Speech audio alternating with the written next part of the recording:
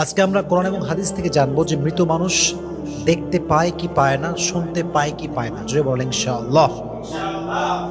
কোরআনে আল্লাহ তাআলা বলেছেন, ওয়ালা তাকুলু লিমান ইউকতালু ফি সাবিলিল্লাহি আমওয়াত বাল আহইয়াউ ওয়ালাকিন লা তাশউরুন। তুমি তাদেরকে মৃত বলো না যারা আল্লাহর রাস্তায় শহীদ হয়েছে, আল্লাহর রাস্তায় জিহাদ করে শহীদ হয়েছে, তাদেরকে তোমরা মৃত ডেকো না, তারা জীবিত আছে, বাট বেশিরভাগ মানুষ জানে না। অপর আয়াতে আল্লাহ তাআলা বলেছেন, লিকুল্লি উম্মাতিন আজাল ইযা জাআ আজালুহুম ফালা ইস্তাখিরুনা সাআ ওয়ালা ইস্তাকদিমুন।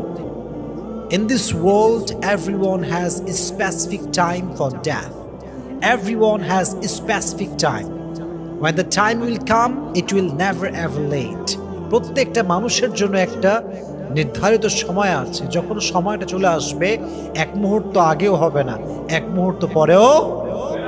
তাহলে বোঝা গেল মৃত্যু অনিবার্য, কিন্তু কখন আসবে এটা আমরা কেউ জানি না। এখন কথা হচ্ছে, এই যে মৃত্যু যেহেতু আমাদের সবাইকে বরণ করতেই হবে, এই মৃত্যুর পরে একটা জগৎ আছে, জগৎটাকে বলা হয় পরকালের জগৎ। তবে যখন মানুষ মারা যায় তাই কবরস্থ করা হয়। কবরস্থ যখন করা হয় তখন তার যে জীবনটা শুরু হয়, এটাকে বলা হয় হায়াতে বারজাখ।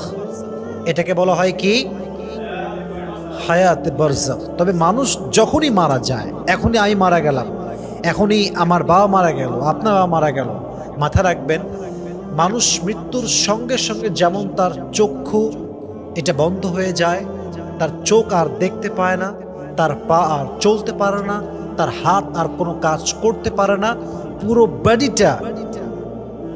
বডিটা এটা কোনো কাজের থাকে না, এটা কোনো শক্তি থাকে না, এটার কোনো পাওয়ার থাকে না। Exactly to the same way মানুষের শ্রবণ শক্তিও লোপ পায়, শ্রবণ শক্তি থাকে না। এই জন্য আল্লাহ তাআলা বলছেন, ইন্নাল্লাহা ইউসমিউ মান ইয়াশা ওয়া মা আনতা বিমুসমিইন মান ফিল কুবুর।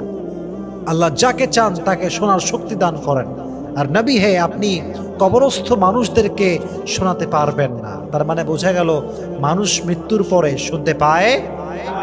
অপর আয়াতে আল্লাহ তাআলা বলছেন, ইন্নাকা লা তুসমিউল মাউতা। মৃত মানুষ শুনতে পায় না, মৃত মানুষের শ্রবণ শক্তি থাকে না, তাকে মানুষ যত কথাই বলুক না কেন সে কিছু শুনতে পায় না।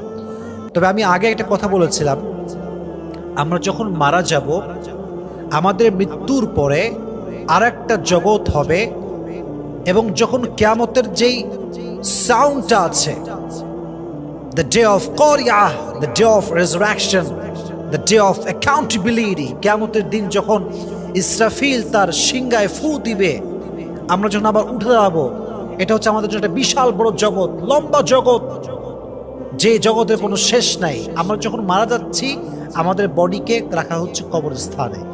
এই যে আমাদের কবরস্থানের জীবনটা এবং মৃত্যুর পরে আবার জীবিত হয়ে আল্লাহর সামনে দাঁড়ানোর আগ মুহূর্ত, এই যে জীবনটা আমরা পার করব, এটাকে বলা হয় হায়াতে বারজাখ। বারজাখ মানে হচ্ছে বাধা, অন্তরায়। এটা এই জীবনে যখন মানুষ কবরে থাকে, হাদিসে এসেছে যখন কবরের পাশ দিয়ে কেউ হেঁটে যায় এবং সে যদি তার পূর্ব পরিচিত হয়, যখন সে তাকে সালাম পেশ করে, তার সালামের জবাব সে কবর থেকে দেয়। সুবহানাল্লাহ পড়েন। আপনার আব্বা মারা গিয়েছে, কবরস্থ, আপনি বাবার কবরের সামনে যাচ্ছেন, বললেন আব্বা জান আসসালামু আলাইকুম, আপনার আব্বা সে সালামটা শুনতেও পায় এবং জবাবও দেয়। সুবহানাল্লাহ পড়েন। আর এক হাদিসে এসেছে, যখন কোনো মানুষ কবর থেকে কবরের পাশ দিয়ে হেঁটে যায় আর কবরের মুর্দাহ তার পরিচিত মানুষ হয়, পূর্ব পরিচিত হয়, যখন সে তাকে সালাম পেশ করে, আল্লাহ তাআলা সঙ্গে সঙ্গে তার রুহুটাকে কবরে ফিরিয়ে দেয়, ফলে সে শুনতে পায় এবং শুনে সে সালামের জবাবও দান করে। সুবহানাল্লাহ পড়েন। তাহলে বোঝা গেল মৃত মানুষ শুনতে পায় না, দেখতেও পায় না, বাট হায়াতে বারজাখের যে জীবনটা, এই জীবন যখন সে কবরে থাকে, যখন তার পূর্ব পরিচিত কেউ কবরের পাশ দিয়ে হেঁটে যায়, তাকে সালাম পেশ করে, তখন তার সালামের জবাব দেওয়ার জন্য আল্লাহ তাআলা তার রুহটাকে আবারও কবরে ফিরিয়ে দেয় তার বডির ভেতরে, ফলে সে সালাম শুনতেও পায়, আবার জবাবও দান করে। সুবহানাল্লাহ পড়েন। তাহলে সারাংশ বোঝা গেল, মানুষ মূলত মৃত্যুর সঙ্গে সঙ্গে তার সমস্ত কিছু লোপ পায়, পুরো বডির শক্তি একদম এটা আর অ্যাক্টিভ থাকে না, এটা দিয়ে আর কোনো কাজ হয় না, হাত নড়ে না, চোখ দিয়ে দেখে না, পা দিয়ে চলতে পারে না, সব অকেজো হয়ে যায়। তবে যখন তার হায়াতে বারজাখের জীবনে সে থাকে, তার কবরের পাশ দিয়ে কেউ হেঁটে গেলে সালাম পেশ করলে সে সালামটা শুনতে পায় এবং জবাবও দেয়। সুবহানাল্লাহ পড়ে।